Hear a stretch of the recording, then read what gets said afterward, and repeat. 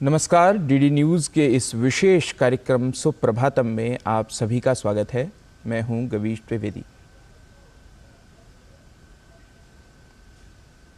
जैसा कि आप जानते ही हैं कि इस विशेष कार्यक्रम में हम लेकर आते हैं आपके लिए भारतीय कालगणना के स्वरूप को संक्षेप में प्रस्तुत करता पंचांग, भारतीय ज्ञान विज्ञान के वैभव के कई आयामों को परिष्कृत रूप में प्रस्तुत करता हमारा विशेष प्रभाग भारतीय ज्ञान परंपरा, स्वास्थ्य जीवन शैली के सूत्रों को अभिमंत्रित करता स्वास्थ्य मंत्र, जीवन के लिए उपयोगी योग और भोजन व्यवहार की और अधिक उपयोगिता के विचार रखता योग और स्वास्थ्य, और इसके साथ ही सरल सहज संस्कृत सिखाने वाला प्रभाग संस्कृत पाठशाला, और साथ ही जीवन में खुशियों की नई नई परिभाषाएं व प्रेरणा देने वाला एक समाचार।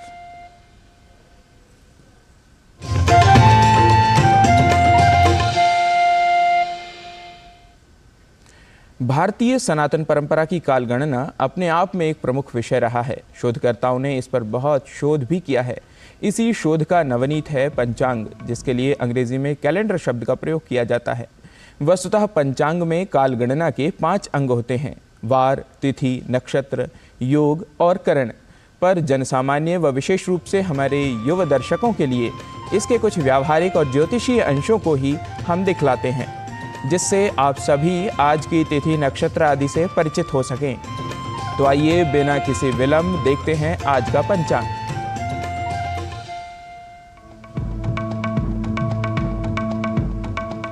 आज का पंचांग युगाब्द 5125, विक्रमी संवत 2080, शक संवत 1945, दक्षिणायन, हेमंत ऋतु, मार्गशीर्ष मास, कृष्ण पक्ष, नवमी तिथि, बुधवार, उत्तरा फाल्गुनी नक्षत्र। आज का दिन सभी के लिए मंगलमय हो।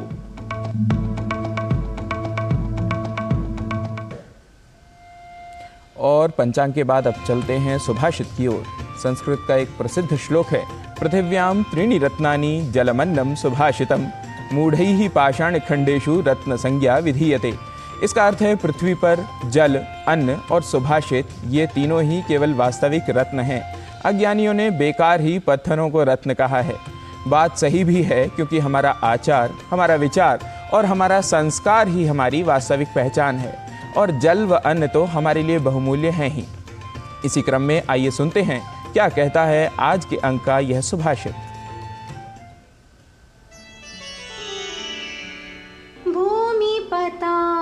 वर्धपतौ बाले वृद्धे तपोनिधौ विदुषी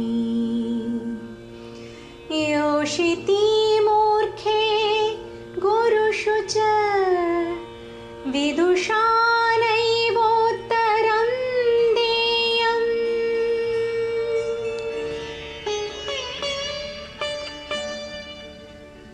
राजा, धनी व्यक्ति, बालक, वृद्ध, तपस्वी, विद्वान, महिला, मूर्ख और गुरु, इन सभी को कभी भी पलटकर उत्तर नहीं देना चाहिए।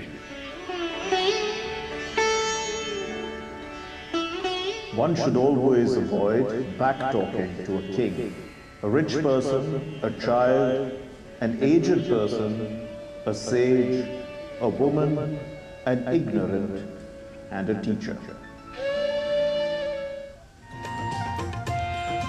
भारत की परंपरा ही रही है अभिवादनशीलता की। भारत ने सदियों से ज्ञान विज्ञान की उज्जवल किरणों से पूरे संसार को प्रकाशित किया है, जिसको भारतीय ज्ञान परंपरा के माध्यम से समझा जा सकता है। आइए भारतीय ज्ञान परंपरा की इस श्रृंखला में आज देखते हैं देश के 2 प्रमुख प्राचीन केंद्रों के सांस्कृतिक संबंधों को बताने वाली हमारी सहयोगिनी लता वशिष्ठ की एक खास रिपोर्ट।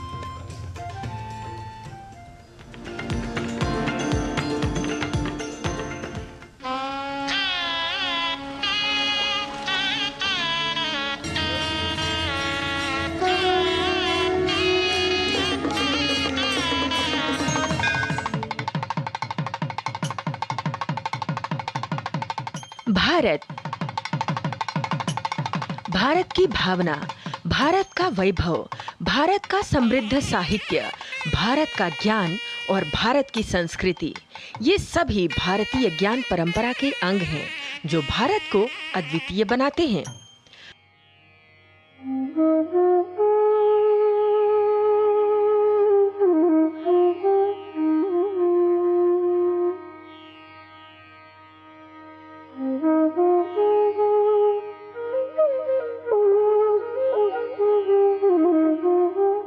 भारत की इसी वैभवशाली ज्ञान परंपरा से भारतीयों को गौरवान्वित और अधिक लाभान्वित करने के लिए संपूर्ण भारत में अनेकों प्रयास किए जा रहे हैं।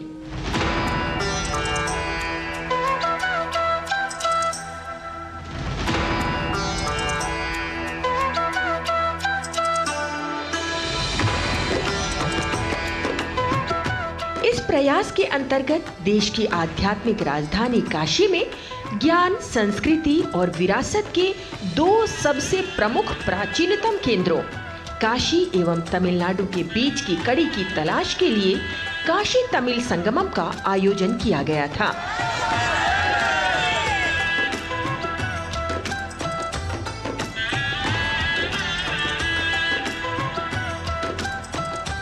ये एक ऐसा संगम था जिसमें कला, परंपरा, अध्यात्म और ज्ञान की समृद्ध विरासत का अनुपम उदाहरण देखा गया। साथ ही प्रधानमंत्री मोदी ने भी काशी और तमिलनाडु के बीच प्राचीन रिश्ते की गहराई का भी जिक्र किया था। काशी और तमिलनाडु दोनों ही संस्कृति और सभ्यता के टाइमलेस सेंटर हैं। दोनों क्षेत्र संस्कृत और तमिल जैसी विश्व की सबसे प्राचीन भाषाओं के केंद्र हैं। काशी में बाबा विश्वनाथ है तो तमिलनाडु में भगवान रामेश्वरम का आशीर्वाद है। काशी और तमिलनाडु दोनों शिवमय है, दोनों शक्तिमय है। एक स्वयं में काशी है तो तमिलनाडु में दक्षिण काशी है। कार्यक्रम में प्रधानमंत्री मोदी ने तमिल भाषा में लिखित प्राचीन मुक्तक काव्य तिरुक्कुलर के 13 भाषाओं में अनुवाद का विमोचन कर आधुनिक समय में भी भारतीय ज्ञान परंपरा की उपयोगिता को सिद्ध किया था।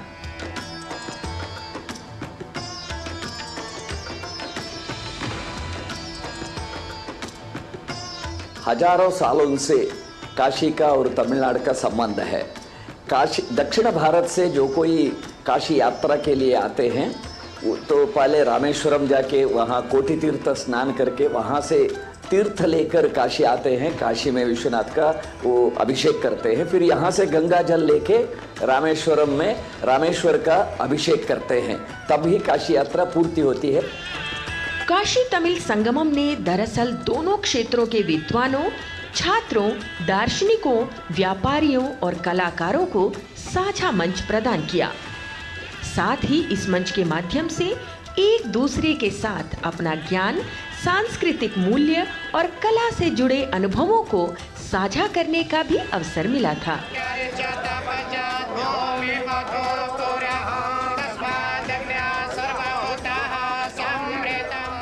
तमिलनाडु और काशी देश के दो सबसे महत्वपूर्ण और प्राचीन शिक्षा के केंद्र हैं।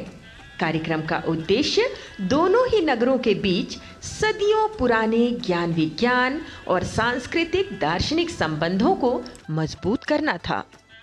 कार्यक्रम में तमिलनाडु के 2500 से अधिक प्रतिनिधियों ने वाराणसी का दौरा करके संगोष्ठियों में हिस्सा लिया और विभिन्न स्थलों का दर्शन भी किया था।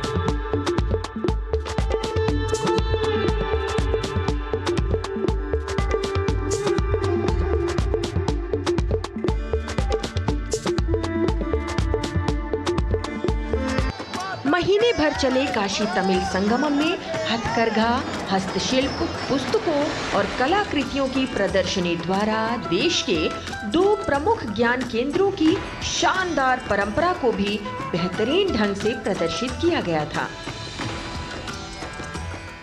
एक भारत श्रेष्ठ भारत की भावना पर आधारित काशी तमिल संगमम का उद्देश्य भारतीय ज्ञान परंपरा के माध्यम से दो नगरों को जोड़ना और आधुनिक समय की आवश्यकताओं के अनुसार भारतीय ज्ञान परंपरा से लाभ प्राप्त करना था।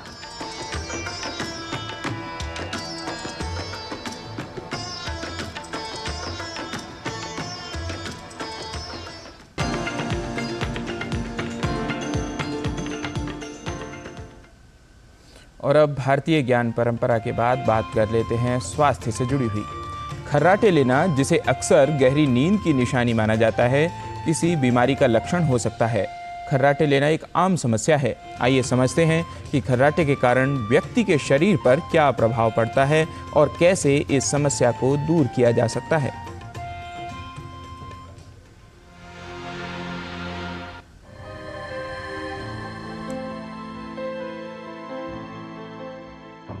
खर्राटे लेना एक आम समस्या है। कोई भी इससे प्रभावित हो सकता है। ये संकेत है कि व्यक्ति को सोते समय सांस लेने में परेशानी हो रही है। खर्राटे के कारण व्यक्ति के शरीर पर गंभीर प्रभाव पड़ता है और कई स्वास्थ्य समस्याएं हो सकती हैं। खर्राटे एक अचेतन गूंजने वाली ध्वनि है जो तब होती है जब मुंह और गले की मांसपेशियां नींद के दौरान आराम करती हैं और वायुमार्ग को प्रतिबंधित करती हैं। ये स्लीप ब्रीदिंग डिसऑर्डर है, यानी नींद संबंधी श्वसन विकार है। ये किसी भी व्यक्ति की नींद की गुणवत्ता को बदल सकता है। खर्राटे ले लेके सांस रुक रही है या खांसी लेके हम उठ रहे हैं तो हो सकता है कि ऑब्स्ट्रक्टिव स्लीप एपनिया हो। हमारी नींद ठीक नहीं है, हम अगले दिन फुल पोटेंशियल से काम नहीं कर पाएंगे और जो है सोते रहेंगे। उसकी वजह से फ्लाइट एक्सीडेंट्स हो सकते हैं या फिर ड्राइविंग के टाइम भी एक्सीडेंट्स हो सकते हैं। जो लोग खर्राटे लेते हैं उनमें बहुत अधिक नाक और गले के ऊतक होते हैं जो कंपन के प्रति अधिक प्रतिरोधी होते हैं। जीभ की स्थिति भी सहज श्वास को बाधित कर सकती है।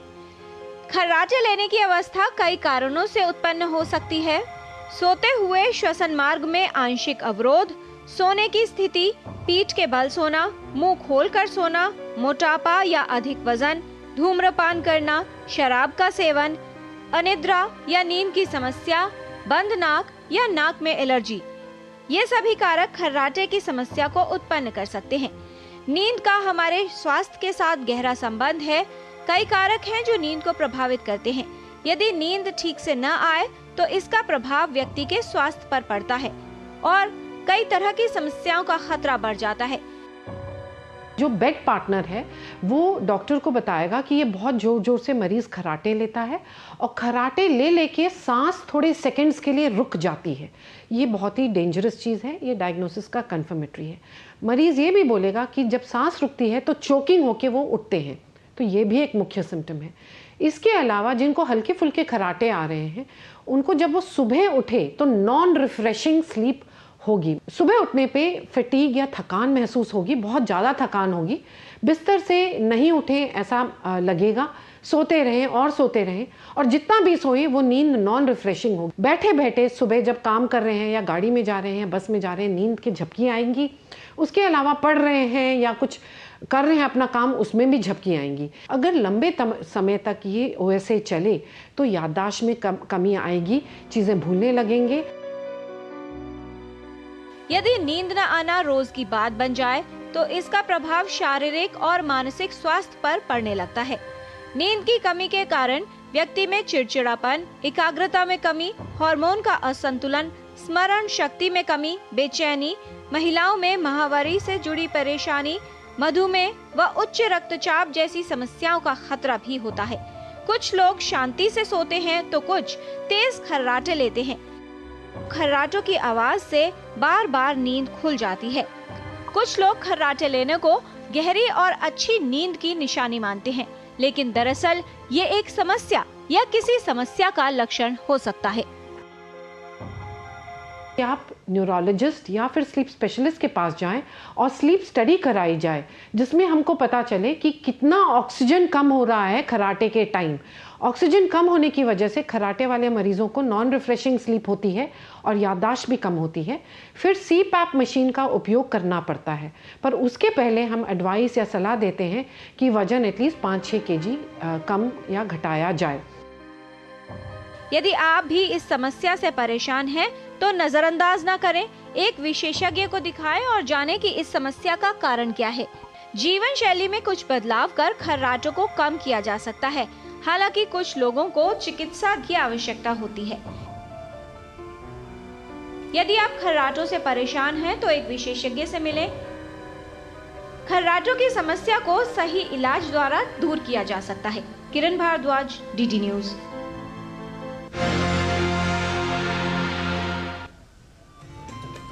और अब स्वास्थ्य मंत्र के बाद बढ़ते हैं योग की ओर। आप जानते ही हैं, योग संस्कृत की युज धातु से बना है, जिसका अर्थ है समाधि, ध्यान, जो हमें चित्त वृत्तियों पर नियंत्रण करना सिखाता है। प्राणायाम व योग के विविध आसन प्रत्येक आयु वर्ग के लिए बहुत लाभदायक हैं। शारीरिक लाभ के साथ साथ योग हमारा मानसिक व आध्यात्मिक विकास भी करता है।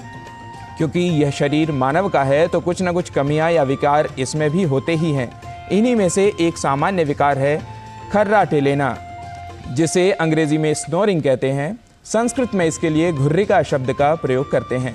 आइए आज के योग सूत्र में देखते हैं इन्हीं खर्राटों को दूर या कम करने के लिए किया जाने वाला आसन, जिसका नाम है सिंहासन।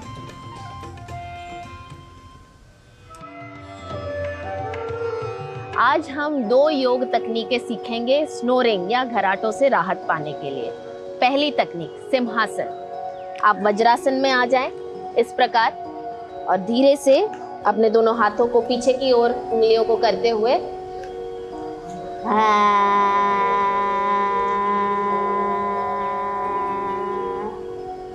5 से 10 सेकंड का अभ्यास करें। इस प्रकार 3 से 4 बार कीजिए इसको।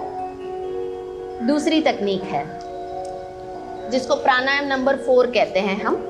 आप लेट जाएं अपने पीठ के बल, दोनों पैरों को मोड़ लें और घुटनों को जोड़ें। अपनी राइट हैंड को नेवल के ऊपर रखें, लेफ्ट हैंड को पास में। आंखें बंद कीजिए और अपने श्वासों पर ध्यान केंद्रित कीजिए। 5 से 10 मिनट इस मुद्रा में बने रहें। सांस भरते हुए पेट ऊपर, सांस छोड़ते हुए पेट अंदर। 3 सेकंड के लिए सांस अंदर लीजिए और 3 सेकंड के लिए सांस छोड़ें। धीरे से पूर्व स्थिति में आ जाएं। इन दोनों तकनीकों का अभ्यास नियमित रूप से करते रहिए। नमस्कार। खर्राटे लेना या स्नोरिंग ये आसानी से ठीक हो सकता है। अगर मोटापा है तो उसे कम करना है, साइड पर सोना है, बड़ा तकिया सिर के नीचे लेके, और खाने में हल्का खाना सोने के पहले खाना है। यूकेलिप्टस ऑयल वो सूंघ है, इन सब से खर्राटे ठीक हो सकते हैं। नमस्कार।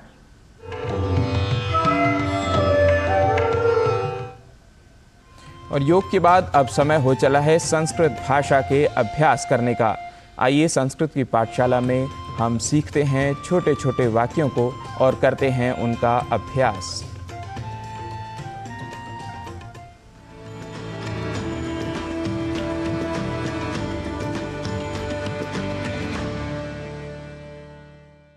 नमो नमः। संस्कृत पाठशाला में फिर से एक बार आप सभी को स्वागतम। संस्कृत पाठशाला में हम अपने पिछले अंकों में छोटे छोटे वाक्यों को बनाना सीख रहे हैं। अपना नाम कैसे बताना है यह सीख रहे हैं, और कैसे किसी और का नाम पूछना है संस्कृत भाषा में हमने यह भी सीखा। आज इसी श्रृंखला में अपने सीखने के इस क्रम को आगे बढ़ाते हुए हम आज बात करते हैं और कुछ नए वाक्यों की।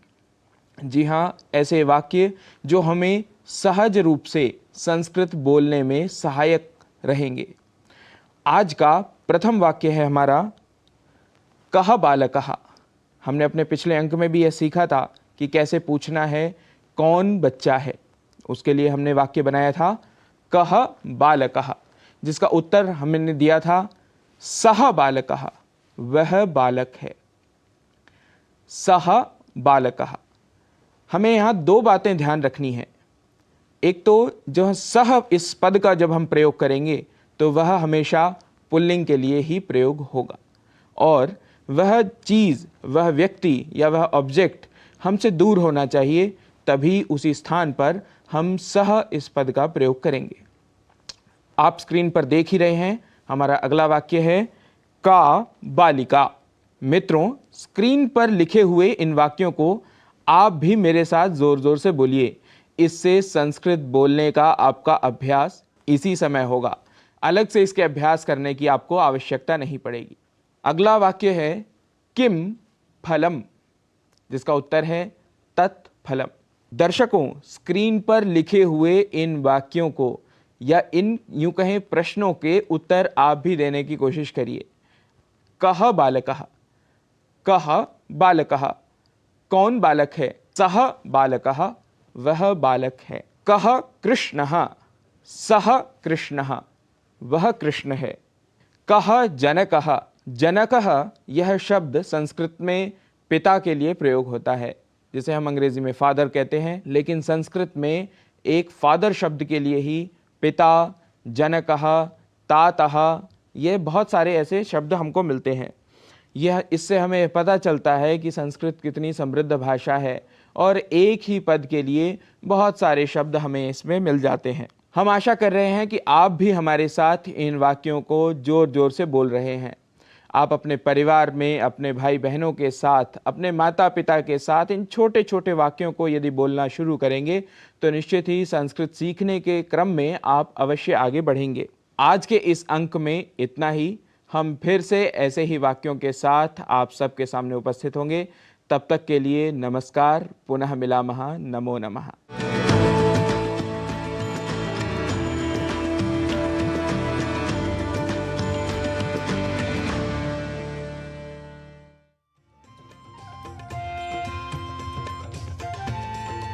सकारात्मकता देता है, प्रेरणा देता है। समाचार है उत्तर प्रदेश के शामली जिले का। वहां की फैक्ट्रियों में 20,000 से अधिक कामगार कार्यरत हैं। दिन रात कड़ी मेहनत से अपने परिवार का पालन कर रहे इन कामगारों को महंगे इलाज के अभाव में दम न तोड़ना पड़े, इसके लिए IIA के पदाधिकारियों ने सामूहिक रूप से एक लघु चिकित्सालय अर्थात मिनी अस्पताल बनाया है। इस चिकित्सालय में कामगारों और उनके परिवार का निःशुल्क उपचार किया जाता है। उत्तर प्रदेश के शामली जनपद में इंडियन इंडस्ट्रीज एसोसिएशन यानी IIA ने एक बड़ी पहल करते हुए अपने कामगारों के लिए निःशुल्क इलाज की व्यवस्था की है। दरअसल IIA द्वारा पहले हर साल नववर्ष के मौके पर लाखों रुपया पार्टियों में खर्च किया जाता था, लेकिन इस रुपये से समाज के लिए कुछ अच्छा करने का कार्य भी किया जा सकता है। इसी सोच के साथ IIA अध्यक्ष अनुज गर्ग और अन्य पदाधिकारियों ने मिलकर फैक्ट्रियों के कामगारों के लिए इलाज की व्यवस्था करने की प्लानिंग की। ये अस्पताल हमें 2021 में जब कोरोना से लोग निकले थे तो हमें महसूस हुआ कि हमारे कर्मचारियों को इलाज कराने के लिए और उसके परिवार को इलाज कराने के लिए आधी तनख्वाह उसी में यूज़ हो जाती है उनकी। तो हमें लगा कि एक साल हम नए साल का कार्यक्रम ना करके जो हमारा बजट है वो हम अस्पताल में लगा दें। तो सभी हमने आपस में अपनी एग्जीक्यूटिव में बात रखी और सभी ने इसको सराहा। तब हमने इस अस्पताल की शुरुआत की। यहाँ पे जितने भी कर्मचारी, उनके परिवार का बिल्कुल फ्री इलाज होता है और दवाइयाँ फ्री दी जाती हैं। क्योंकि शामली औद्योगिक क्षेत्र में कोई भी अस्पताल नहीं है, तो हम सभी एग्जीक्यूटिव मेंबर और IIA कमेटी ने निर्णय लिया कि अपने स्तर से, क्योंकि उद्यमियों के लिए उद्यम और उसका कर्मचारी एक परिवार की तरह होता है और यहाँ पर उसमें उसका निःशुल्क इलाज होता है, उसका और उसके परिवार का, और साथ में दवाइयाँ भी मुफ्त दी जाती हैं। तो इसके लिए उसकी कार्यक्षमता बढ़ती है और उद्योग को और हमारे कर्मचारियों को इससे लाभ होता है। दरअसल कामगारों को इलाज के लिए अधिक दूरी तय करनी पड़ रही थी, वहीं उपचार और दवाइयाँ भी बहुत महंगी थीं। ऐसे में कामगारों के हितों, बेहतर इलाज और आर्थिक रूप से उन्हें सबलता प्रदान करने के लिए आईआईए के पदाधिकारियों ने फैक्ट्रियों में कार्यरत हजारों कामगारों के लिए निःशुल्क इलाज के लिए अस्पताल बनवाने का फैसला किया। इस अस्पताल में मरीजों से महज 10 रुपये की सहयोग राशि ली जाती है। इसके बाद जांच, दवा और भर्ती करने की व्यवस्था भी निःशुल्क ही होती है। पहले हमें दूर जाना पड़ता था अस्पताल में, बहुत महंगी दवाई थी। जब से ये खुला है। अनुज सैनी की रिपोर्ट, डीडी न्यूज।